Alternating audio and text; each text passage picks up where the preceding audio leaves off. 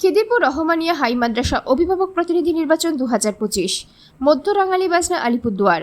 Khidirpur Rahmania high মাদ্রাসা উচ্চ মাধ্যমিক পরিচালন সমিতির অভিভাবক প্রতিনিধি নির্বাচন 2025 আগামী 14 সেপ্টেম্বর 2025 তারিখে অনুষ্ঠিত হবে। ভোট গ্রহণ চলবে 2 দফায়, সকাল 9টা থেকে দুপুর 12টা পর্যন্ত, বিকেল 1টা থেকে বিকেল 4টে পর্যন্ত। এই নির্বাচনে বাম ও কংগ্রেস সমর্থিত গণতান্ত্রিক প্রগতিশীল জোটের 6 জন প্রার্থী প্রতিদ্বন্দ্বিতা করছেন। প্রার্থীরা জানিয়েছেন, নির্বাচনে জয়ী হলে শিক্ষার্থীদের জন্য শুল্ক মুক্ত বা সুলভ মূল্যে উপযুক্ত লাইব্রেরি চালু করবেন। খুব শীঘ্রই এনসিসি কার্যক্রম চালু করার উদ্যোগ নেবেন। পাশাপাশি প্রতিষ্ঠানে একজন প্রধান শিক্ষক নিয়োগের দাবি জোরালোভাবে উত্থাপন করবেন। জাতীয় কংগ্রেস পার্টি ও বাম দল একত্রিত হয়ে যৌথভাবে এই দাবিগুলি সামনে এনেছে। এমনকি আমাদের শিক্ষামন্ত্রী তিনি এখনও অবধি জেলে। তো শিক্ষার কী ব্যবস্থা আপনারা সকলেই জানেন, এবং এইরকম একটা এখানেও যে শিক্ষা ব্যবস্থায় যে কী চলছে আমরা কম বেশি সকলেই জানি। এবং আমাদের এবারে যে আমাদের লক্ষ্য থাকবে যে শিক্ষা ব্যবস্থার মধ্যে যাতে কোনো রকম কোনো দুর্নীতি না থাকে, একদম স্বচ্ছ ভাবমূর্তি নিয়ে আমরা একটা কমিটি নির্বাচন করে তার দ্বারাই যাতে স্কুলের উন্নয়ন করতে পারি, এটাই আমাদের মূল লক্ষ্য থাকে। দেখুন, জোট বলতে এটা ঠিক জোট বলবো না, আবার জোটও বলা যায়, কারণ এটা আমরা একটা বোঝাপড়ার মধ্য দিয়ে, সমঝোতার মধ্য দিয়ে আমরা লড়ছি। যেখানে দেখা গেছে যে তালা একটু শক্তিশালী বেশি, হয়তো আমাদের থেকে তালা হয়তো বেশি ফাইট দিতে পারবে, লড়াইটা দিতে পারবে, সেখানে তাদের প্রার্থী দেওয়া হয়েছে। যেখানে আমরা লড়াইটা ভালো দিতে পারবো সেখানে আমরা প্রার্থী দিয়েছি।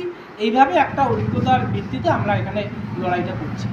আমরা যদি জিতে যাই, প্রথম যেটা আমাদের যেটা দাবি থাকবে যে একেবারে স্বচ্ছতার মধ্য দিয়ে আমরা যাতে স্কুলে একটা পরিচালন কমিটি আমরা গঠন করতে পারি। তার এই কমিটির দ্বারাই আমরা আরও স্কুলের যে পরিকাঠামো সেটা যাতে উন্নয়ন করতে পারি। অতি সত্ত্বর এই স্কুলের পাশাপাশি আমাদের একটা হাই স্কুল রয়েছে, সেখানে এনসিসি রয়েছে, কিন্তু মাদ্রাসা স্কুলে এনসিসি নাই। সেখানে ছাত্রছাত্রীরা অলরেডি একটা সুযোগ থেকে তারা পিছিয়ে যাচ্ছে, কারণ এনসিসির একটা সার্টিফিকেট থাকলে আগামী দিনে তারা হয়তো ডিফেন্সে যে কোনো একটা চাকরির ক্ষেত্রে কিন্তু একটা সুযোগ সুবিধা, বাড়তি একটা সুযোগ সুবিধা পায়। তো সেই ক্ষেত্রে মাদ্রাসার ছাত্রছাত্রীরা কিন্তু সেই সুযোগ সুবিধা থেকে বঞ্চিত হচ্ছে। এটা একটা আমাদের দাবি থাকবে।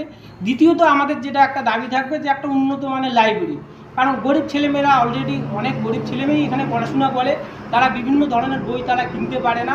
তো একটা লাইব্রেরি যদি থাকে, বিভিন্ন ধরনের বই তারা সেখানে সংগ্রহ করে তারা জ্ঞান অর্জন করে তারা হয়তো আরও শিক্ষার বিস্তার তারা করতে পারবে। এটা একটা আমাদের দ্বিতীয় নম্বর দাবি থাকবে।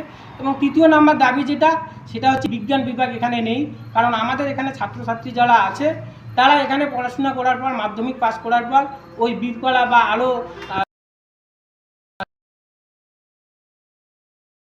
অ্যাকচুয়াল দীর্ঘদিন পরেই এই স্কুল নির্বাচন হতে চলেছে। বিগত 2017 সালে হওয়ার কথা ছিল, 2021 সালে হওয়ার কথা ছিল, তখনও কিন্তু আমাদের এই নির্বাচনে আমরা প্রতিদ্বন্দ্বিতা আমাদের করতে দেয়নি, ইভেন কি আমাদের নমিনেশনও সাবমিট করতে দেয়নি। তো এবার সকলে চাচ্ছে যে এখানে নির্বাচনটা একদম সুষ্ঠুভাবে হোক, এবং আমরাও চাচ্ছি। এবং নির্বাচনটা যদি সুষ্ঠুভাবে হয়, আমরা মনে করি যে হয়তো এই স্কুল নির্বাচনে আমরা একটা ভালো ফলাফল করতে পারি। দেখুন, শিক্ষা ব্যবস্থার কথা যদি বলতে চাই তো এখানে হয়তো সারা রাত বললেও হয়তো শেষ হবে না। আপনারা সকলেই জানেন, টিভি মিডিয়া থেকে শুরু করে পেপারে আমরা প্রতিদিনই দেখতে পাই শিক্ষায় যেভাবে দুর্নীতি চলছে, একদম নিচু স্তর থেকে উপর স্তর পর্যন্ত। এমনকি আমাদের শিক্ষামন্ত্রী তিনি এখনও অবধি জেলে।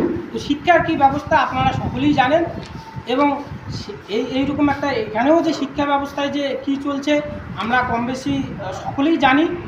এবং আমাদের এবারে যে আমাদের লক্ষ্য থাকবে যে শিক্ষা ব্যবস্থার মধ্যে যাতে কোনো রকম কোনো দুর্নীতি না থাকে, একদম স্বচ্ছ ভাবমূর্তি নিয়ে আমরা একটা কমিটি নির্বাচন করে তার দ্বারাই যাতে স্কুলের উন্নয়ন করতে পারি, এটাই আমাদের মূল লক্ষ্য থাকে। দেখুন, জোট বলতে এটা ঠিক জোট বলবো না, আবার জোটও বলা যায়, কারণ এটা আমরা একটা বোঝাপড়ার মধ্য দিয়ে, সমঝোতার মধ্য দিয়ে আমরা লড়ছি। যেখানে দেখা গেছে যে তালা একটু শক্তিশালী বেশি, হয়তো আমাদের থেকে তালা হয়তো বেশি ফাইট দিতে পারবে, লড়াইটা দিতে পারবে, সেখানে তাদের প্রার্থী দেওয়া হয়েছে। যেখানে আমরা লড়াইটা ভালো দিতে পারবো সেখানে আমরা প্রার্থী দিয়েছি। এইভাবে একটা অভিজ্ঞতার ভিত্তিতে আমরা এখানে লড়াইটা করছি। আমরা যদি জিতে যাই, প্রথম যেটা আমাদের যেটা দাবি থাকবে যে একেবারে স্বচ্ছতার মধ্য দিয়ে আমরা যাতে স্কুলে একটা পরিচালন কমিটি আমরা গঠন করতে পারি। তার এই কমিটির দ্বারাই আমরা আরও স্কুলের যে পরিকাঠামো সেটা যাতে উন্নয়ন করতে পারি।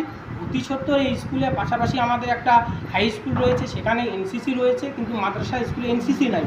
সেখানে ছাত্রছাত্রীরা অলরেডি একটা সুযোগ থেকে তারা পিছিয়ে যাচ্ছে, কারণ এনসিসির একটা সার্টিফিকেট থাকলে আগামী দিনে তারা হয়তো ডিফেন্সে যে কোনো একটা চাকরির ক্ষেত্রে কিন্তু একটা সুযোগ সুবিধা, বাড়তি একটা সুযোগ সুবিধা পায়। তো সেক্ষেত্রে মাদ্রাসার ছাত্রছাত্রীরা কিন্তু সেই সুযোগ সুবিধা থেকে বঞ্চিত হচ্ছে।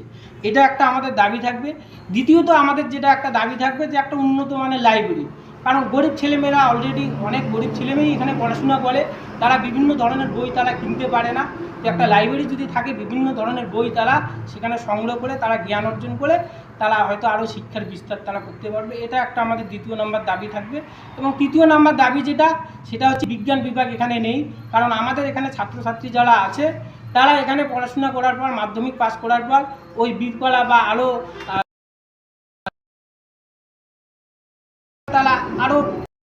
যদি এখানে চালু হয় তাহলে বাচ্চারা এখান থেকেই পড়াশোনার মাধ্যমে তারা এগিয়ে যেতে পারবে।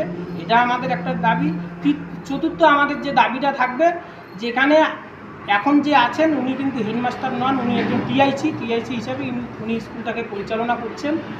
ওনারও আর চাকরির বয়স হয়তো 2 থেকে 3 বছর, তারপরে উনিও থাকবেন না।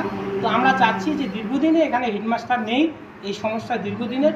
আমরা চাচ্ছি যে আমরা আমাদের কমিটিটাকে নিয়ে আসতে পারি, তো স্থায়ীভাবে একজন যাতে হেডমাস্টার মশাই, একজন প্রধান শিক্ষক মশাই থাকেন, সেই চেষ্টাটা আমরা করব। এই আরও তাছাড়া আমাদের মূলত 13 দফা দাবি নিয়ে, আমাদের ইশতেহারে সবাই দেখে নেবেন, আমাদের 13 দফা দাবি নিয়ে আমরা মূলত আমরা এগিয়ে যাচ্ছি। আপনার নাম এবং পরিচয়? আমি রাঙ্গালী বাদনা সিপিএম পার্টির ব্রাঞ্চ সম্পাদক।